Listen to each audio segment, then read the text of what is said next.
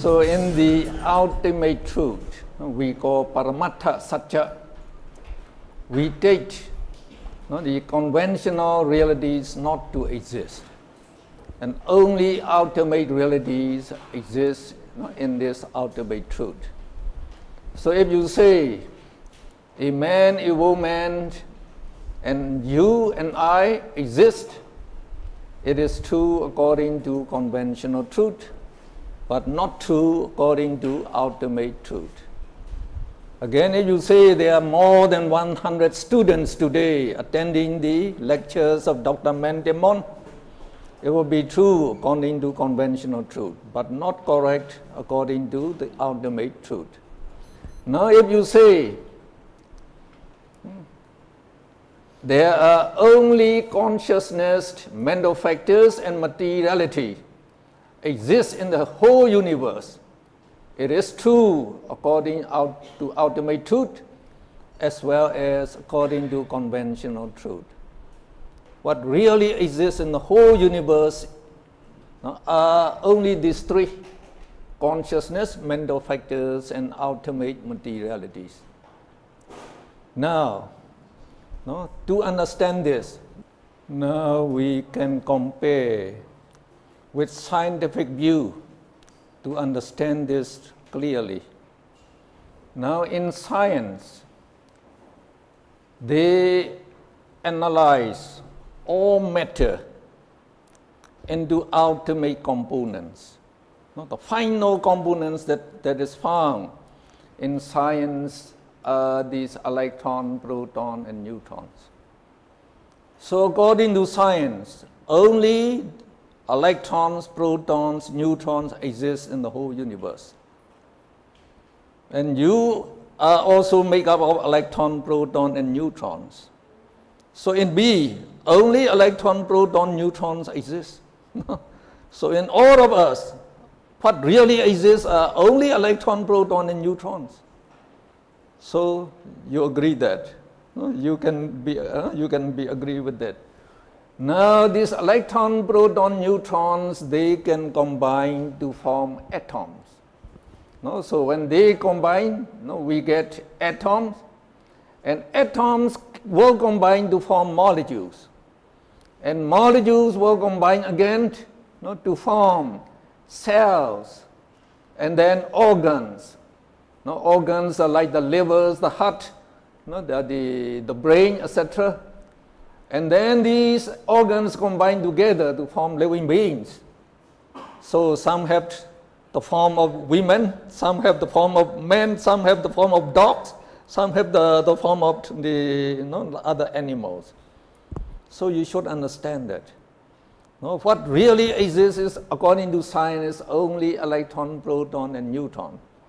So when they combine together, they form atom, molecule, cells, and then organs. And when organs combine together, you get different forms. Different forms. So you cannot deny the existence of man, woman, etc., because they really exist. They really exist because in terms of electron, proton, neutrons, as we contain electron, proton, neutron, we really exist. But the form that appeared to you are different. So we say it is due to your concept. Due to concept, they are different, they say. So the same thing like in the, when in Abhidhamma, when the Buddha taught. So what really exists in the whole universe and in every one of us is only electron or the. So instead of electron, proton, neutron, they are only materiality. So in Abhidhamma we say, we have consciousness, mental factors, and materialities. So all of these. So all of us are made up of only these three. So don't they exist? Yes, they exist. So we say all of us exist. But that form, the woman, man, and then like the dog, the cat, so we have different form. So these forms are due to the various form of combination of the molecules. When they combine, like even the wood, we can make it in the form of a table, And with this wood, we can make in the form of a bed, a chair. So with wood, you can make various things. No? So according to that, you can understand, I hope. Now we have a saying, seeing is believing.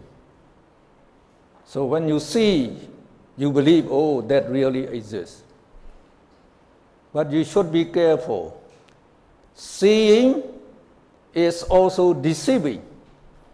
Seeing can be deceiving. For example, we see the earth to be flat, and we think the sun is revolving around the earth. We see like that, but that is not true. Science proves that the earth is not flat, it is round. And it is not the sun moving around the earth, it is the earth moving around the sun. So you have to be very careful that seeing can be deceiving. And according to science, what really exists is only electron, proton, and neutrons. And the science said, in an atom, the nucleus, the center point, is very tiny. So they say, if we take the nucleus of all the atoms that make up our body, it will amount to only to the size of the head of a pin. A pin head, very, very tiny. So what really exists, that pin head, they said, and the remaining are just space. Just space. So if you can see like that, so no person, no people. But even if you can see up to the level of electron, proton, neutron, then you can agree. There are no person, no man, no woman, no I, no you. And we also have a saying, one man's meat is another man's poison. Another man's poison. So that means we have different view. We have different view. So some people think, oh, this lady is very beautiful, and that lady is ugly. But some person would say that, oh, that lady is very beautiful, and those ladies are not beautiful. So that means, even if you are ugly to some people, don't worry. There are some people who think you're very beautiful. They will take you. Again, if you look from the foot of a mountain, and you can see the clouds covering the mountain. So the clouds have different forms. Some appear like dragons, some appear like the birds, some appear like the human beings. But when you climb up to the top of the mountain, they disappear. No clouds exist. Only the moisture around you cannot see anything. So the same thing, these revolution of electrons around the nucleus give us various perception. We think, oh, man exists, woman exists. Okay. Again, based on those two kinds of realities and two kinds of truth, we also have, will you please raise it, sister? Will you please it? So we also have two topics. So we call elusive world and real world. So it is still below? Yes, here. Now, based on them, we have elusive world and real world. Now, ordinary human beings who are not noble persons yet, we call them as worldlings. And these worldlings, we have a lot of defilements. So these defilements are those greed, anger, and ignorance. They are defilements, remember. They defile the mind, they make the mind dirty, they blind the mind so that we cannot see the real things. So when we cannot see the true nature of sense objects, then we have the wrong vision about the sense objects. So what we really see the world today is elusive world, not the real world. So as we have already learned, in reality, what really exists are only these consciousness, mental factors, and materiality, and they are arising and dissolving very rapidly, and so we say they are impermanent. In Pali, we say anicca. Anicca.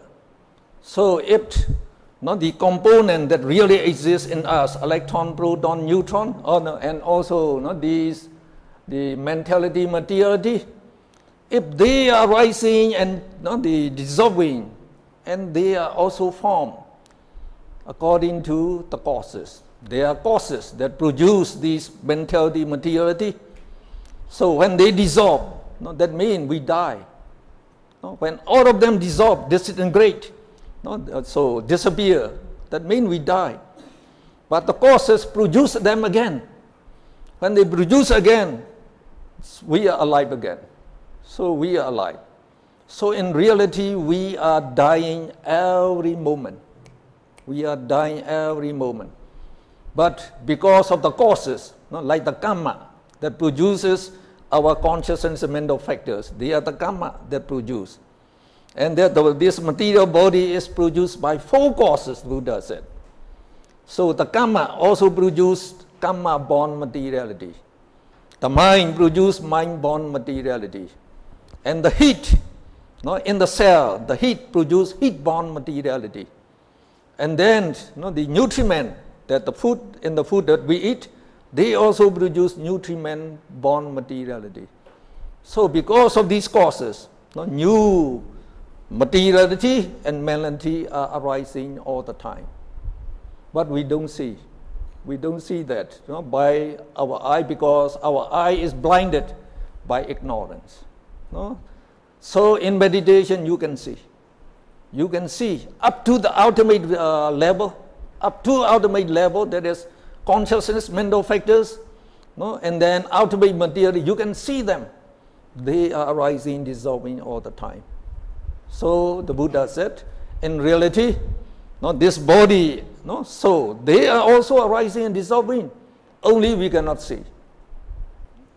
Now if you look on the next paragraph, so we say what is not permanent is unsatisfactory, and to be tortured incessantly, that means continuously, by the dissolution of mentality and materiality. So we say this mentality, materiality, they are dissolving, perishing, incessantly. So to be tortured by their dissolution really means suffering. And suffering in Pali we call dukkha. Now the next paragraph, mentality and materiality. In Pali we call nama rupa.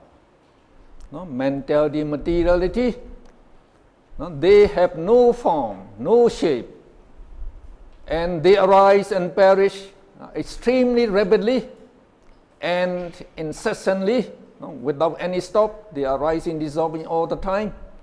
So there are no person, no self, no soul, no ego, no jiva, no atta, no creator,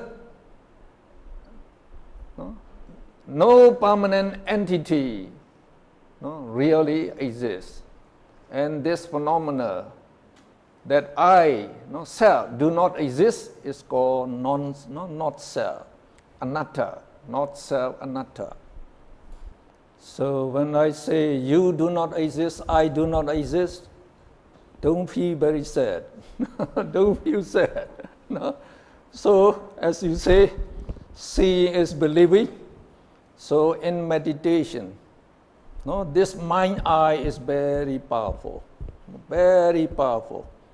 So you can see up to that level, up to the ultimate realities level. So as ultimate realities has no form, no shape, no appearance. So when you come to there, no living beings, no living beings. So only this mentality, materiality arising, dissolving very rapidly. So when you can see that, where I disappear, So don't worry. But the mentality, materiality that constitute you still exists. They exist. No? So the Buddha, no, he described our uncountable existences in terms of the continuation, the flow of mental stream and the material stream. They arise and dissolve, we arise and dissolve on cause and effect. On cause and effect.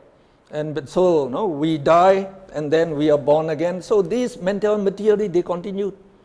Each one of us will continue. That's why we remember our past existences. No, we say, and you can even see your future existences. No, if you want to, you just come to the meditation center, led by our forest meditation teacher. You can see your past existences in your future existence. When you come to the vipassana level, you will see this person disappear. No? Okay. So in vipassana meditation, you have to reflect on these three characteristics continuously. Anicca, impermanent. Dukkha, suffering. Anatta, not self. They are the common characteristics of mentality, materiality.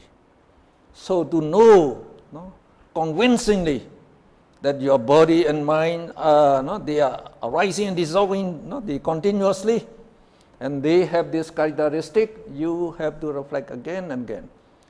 Only when you see them clearly, then you can get rid of that greed, anger, and ignorance. You will be enlightened as noble person. You become noble person. Okay. Now there's another characteristic of living beings. So here we state that all living beings are not beautiful, not desirable, and they do not exist in the ultimate sense. Now, that is quite amazing. Every one of us, we think that we are the most beautiful or the most handsome person in the whole world. So the Buddha said, don't make the judgment from outside appearance. Just you look at a person, oh, she's very beautiful. So that may not be true. Your judgment may not be true. So if you want to know the truth, the Buddha said, you analyze. You analyze into every component, only then you decide. Then you will see that even the most beautiful lady, like Miss Universe, is not beautiful. It's not beautiful. Okay. So we regard Miss Universe to be the most beautiful lady in the world. Now you analyze Miss Universe into head hairs, body hairs, nails, teeth, skin, flesh, blood, bones, heart, liver, lungs, intestines, pus, blood, feces, urine, etc. Then you examine each part. Which part is beautiful? No part is beautiful. Every part is totally disgusting, loathsome. So then you can decide. You can decide whether Miss Universe really beautiful. So not beautiful, just asubha. The Buddha called asubha. Asubha means disgusting, and loathsome is called asubha in Pali. So not only the dead body is disgusting, like the corpse is disgusting. Our living human body is also disgusting. Now the Western scholars, they make this statement. They say beauty is skin deep. Beauty is skin deep. So when you look at Miss Universe, just you seeing the outer skin, you think Miss Universe is very beautiful, attractive, desirable. Now, by wisdom, you just peel off the skin. The outer skin is very thin. If you peel off the skin of Miss Universe, it amounts only to one handful. Smear with blood, smell very fishy. Now try to give the gentleman. This is the beauty of Miss Universe. We give you free of charge. Who would like to take it? Nobody would take it. No? Because it is totally loathsome, loathsome or repulsive or disgusting. So, you agree now. Everybody is disgusting. So if you take off the skin of Miss Universe, the remaining body is equally disgusting. It will look like a de-skinned lamb carcass in a butcher's shop. So the remaining body would be smeared with blood, smelling very badly. So no gentleman would like to embrace Miss Universe. So the Buddha, he persuades all the monks, the nuns, and meditators to develop concentration. Concentration means mental concentration. So our normal mind is not powerful. It is blinded by those defilements, and it is dispersing. You are thinking about this, thinking about that, thinking about that, your mind is running. So Buddha said, the mind is very difficult to see. And it is very delicate, very gentle, and swiftly, and very rapidly it moves from one sense object to another.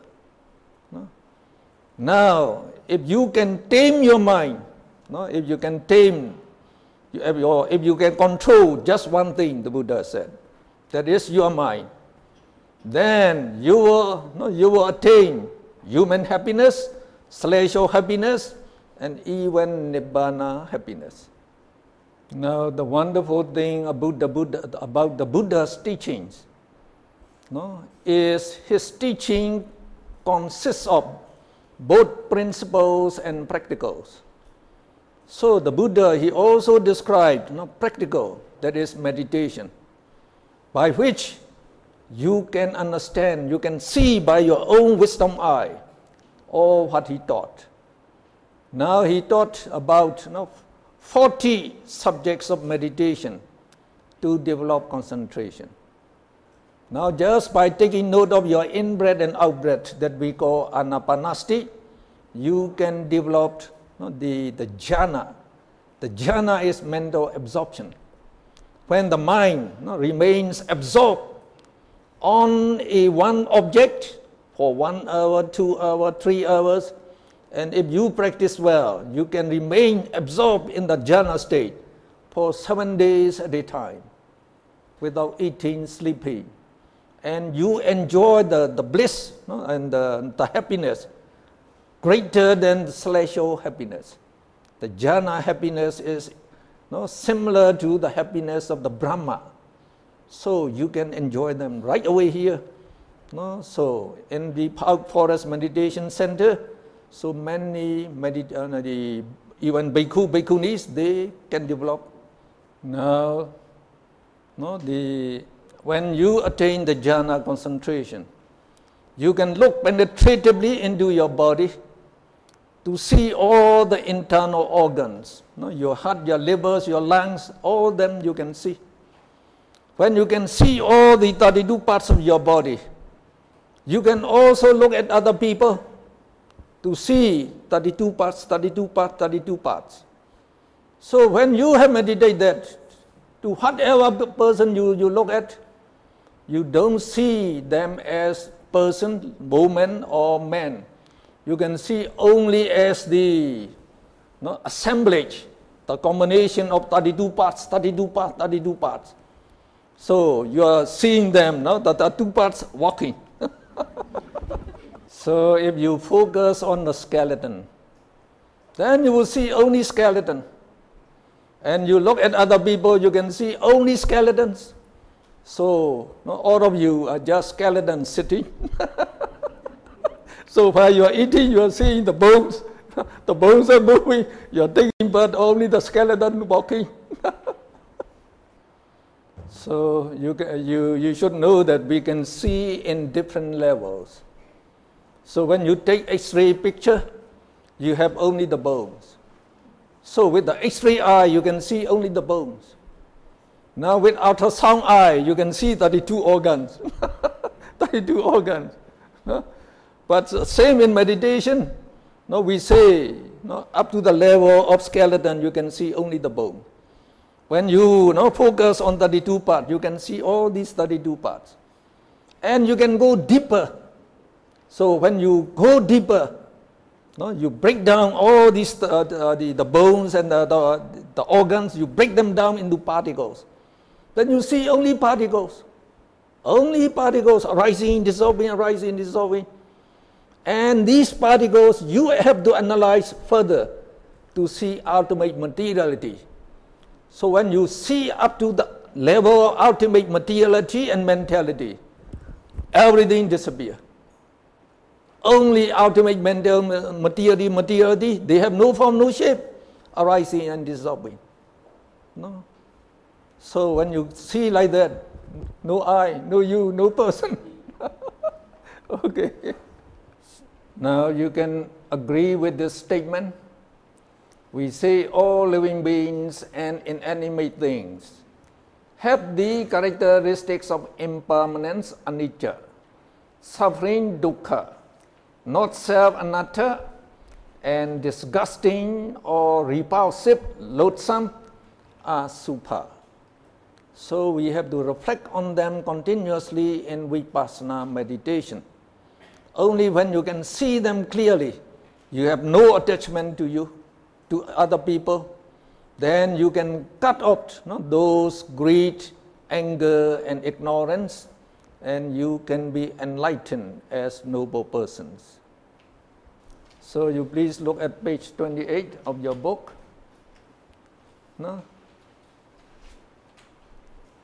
Now we say, as our mind is blinded by ignorance, our worldly outlook is just upside down. We see the sense objects around us to be permanent, nature, pleasant, sukha, self or person, that is atta, beautiful, super. So you can see, because we are blinded, we cannot see the true nature. So when you don't see the true nature, you have the wrong vision. The upside down outlook of the world, we say. So what really is permanent, impermanent, we say permanent. So I am permanent. Since I am born, I still remain as Dr. Mon. And we say it is it's not suffering, it's pleasant, because enjoying sense pleasure is quite pleasant. And then we say this person, as we see, is a man, a person, is self. So instead of not self, we say self exists. And then instead of the disgusting, we say, oh, quite attractive and desirable. So we go around with this outlook. So that means the wrong view, the wrong outlook. So because of that, we enjoy sense pleasure. Because we think, oh, Chinese actors and actresses, very handsome, beautiful, Korean actor, very beautiful. So their movement is very attractive. Oh, we enjoy it. So we are happy with the elusive world, the elusive world. Okay. So, our modern man. So now you can put on that last paragraph of the modern man. So in our yesterday lecture, we have to leave one topic, the topic of the Buddha's deep psychology and modern people. Modern people. So this is the modern people. So we also belong to the modern people, and we are in the modern age, we say. That is the age of science and technology. And now science is creating many the luxurious things, and wonderful things. So we are attracted by these things. So very tasty food, and like the television is in your house, in your room. So you are watching television most of the time, and then you are enjoying sense pleasure in various forms. You think you are enjoying life. You are enjoying life. And you don't know that you are living in the elusive world. You are living in the elusive world. And you don't know that by just enjoying sense pleasure, you don't get real happiness. No real happiness. Why? If I ask you, can you answer? So, sister, you are. So, I wrote here, the modern man, they have only one eye, and another eye is blind. That means we have only the worldly eye. We don't have the Dhamma eye. The Dhamma eye means the knowledge of the teachings of the Buddha. So when we don't know the teachings of the Buddha, we have the wrong view. So we are living in the elusive world. So we think that the sensual pleasure is very enjoyable. So, and now science is producing many luxurious things, and all these luxurious things are only material, only materiality. So science knows only materiality. So the science age means, so the people are fascinated with this materiality, with the wonders of science, so they become materialists. Only materialists, they are just thinking of this material thing, how to enjoy them. So when you are materialist, so you don't know the true nature of this existence. And the materialists, like the scientists, they don't know that we are going to be born again. We are going to be born again after death. So they have the wrong view of, we call the Uchida deity. That means after death everything is finished, extinct. So that is not true. We shall be born again and again. So when we enjoy sense pleasure, we are enjoying with ignorance and greed. Ignorance and greed. Ignorance, remember that moha. So it is the worst thing, the leader of all these things. It gives us the wrong vision. Because we, as we say, there are no living beings beautiful, no women are beautiful, no men are attractive. But now, according to the wrong vision, we think, oh, very beautiful, very attractive. So, we just by enjoying like the movies, the good food, so we think they are the best thing in life. So the people are trying to work for money every day. So they are working the whole day just to get money and just to enjoy this sense pleasure. So by enjoying sense pleasure, I say you don't get real happiness. Why? Because you are enjoying with ignorance and the greed. So, if you put the more pure into the fire becomes bigger, bigger, bigger. So the same thing, if you are enjoying sense pleasure, you are putting the pure for this greed and ignorance. We say they are the hottest fires. The Buddha said they are the hottest fires. So just by enjoying sense pleasure, this greed and ignorance, they become bigger, bigger. So if they are bigger, bigger, then you cannot satisfy them. This greed, you can never satisfy them because it never gives up. It's intrinsic nature of craving, desiring, getting some more and more. The more it gets, the more it demands. So if you try to satisfy them, you have only trouble, only suffering, just like walking the whole day. Walking the whole day, worrying whether you have to lose your job, etc. No, just like I told yesterday, no, even in the United States, no, the parents are walking. No, so from dawn to, no, to late the night, they do not even see their children. So where the real happiness? No real happiness. No, so it is just like the moth, we say, no, plunging into the fire. No, the insects we call the moth, they are attracted by the fire. They say, oh, the fire is very interesting, very exciting. So they plunge in, so they got burned and die. The same thing now, no, modern man, they are plunging, no, into the fire of this elusive world, and they will be burned, no, in hell for a long time. A great meditation master in Myanmar, no, by the name of Chamye Sayadaw, he told me one story. At one time, he said, an American university student came to meditate under him. So, you know, whatever method you meditate, if you meditate well, you can develop your concentration slowly. No? When your concentration rises, then we say the joy and the happiness, the bliss, no, pleasant feeling that we call bliss, and the joy, they also become stronger and stronger.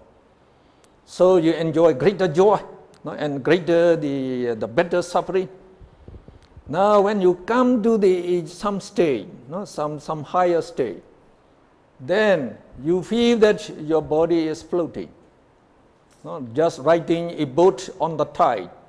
It rises and it comes down, rises, comes down, so you get very good sensation.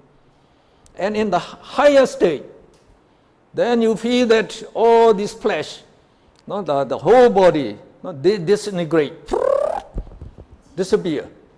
And you feel that your mind is lifted up, high in the sky, floating in the sky. Very pleasant sensation. No? So I also experienced such a sensation. So when that American, he got that sensation, so he reported to the teacher, the teacher, I am flying in the air. It's very pleasant, very blissful. So the teacher told him, that is just the beginning. You don't enjoy it. You just keep on meditating. You will get better experience. But every later days, this student, he reported the same thing. Teacher, I'm still floating in the air. It's very blissful. Don't be satisfied with that. You better meditate. So he said, I am already satisfied. I'm already satisfied. Why? The teacher asked him. Well, teacher, in United States, the university in United States, we are very free to enjoy all sorts of sense pleasure. And finally, all the sense pleasure become fed up. No appealing. So we try to find some new kinds of the sense pleasure, some new excitement. So we start using drugs. Drugs like the heroin drugs. So he said, I try to use drug 2 times. Only 2 times. So when you take the drug, he said, you feel, you forget all your worries. And you feel that your body is lifted up, like flying. So we enjoy it very much. But I dare not take more than 2 times. The first thing is those drugs are very expensive. We students cannot afford it. And the next thing is, we know that if you continue taking, you will be addicted. So no return. So after the addiction, you are going to the cemetery, you will die. You will die, not by that. And they don't know after that they are going to hell. They don't know that. They know only up to that. So they said, I dare not try anymore after 2 times. But teacher, now this experience is better than drug experience. So I'm very satisfied. I will go back to United States and teach my friend how to meditate so that they can also enjoy this. So this you can see sense pleasure does not give you real happiness. And most people are now taking the drugs. Taking the drugs, you don't know that, like like some stimulation, so to get up, to get the excitement, all this. So, and they don't know they are going to end up in the woeful state of the dead. Okay.